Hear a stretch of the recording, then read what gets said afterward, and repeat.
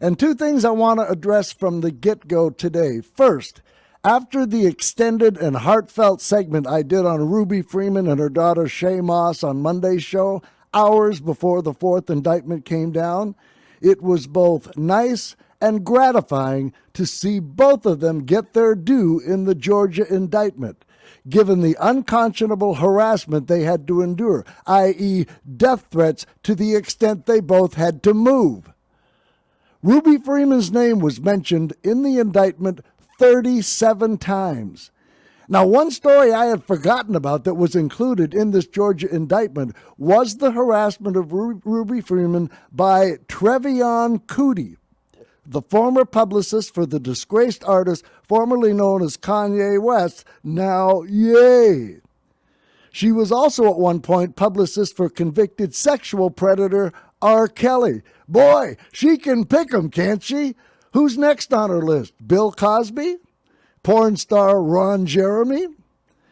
And speaking of which, back in January, Ron Jeremy, who had been indicted on more than 30 counts of sexual assault involving 21 women, was found to be mentally unfit to stand trial due to incurable neurocognitive decline, which I guess might be a blessing.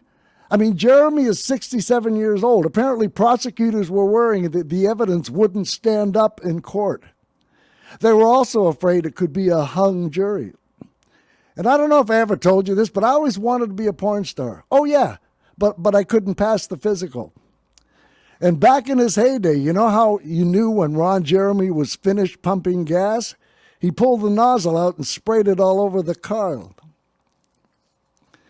Trevian Kutti is a diehard MAGA cult member who posted pro-Trump crap on social media frequently.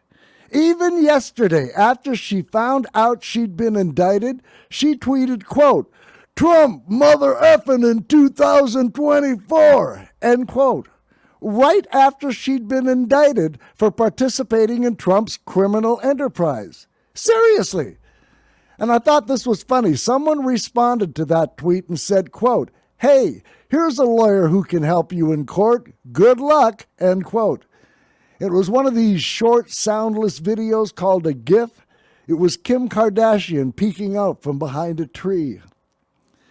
Kutti was indicted on Monday for her role in Trump's criminal enterprise for trying to coerce and pressure Ruby Freeman to change her story and confess to voter fraud, and threatening Ruby with being sent to jail if she didn't.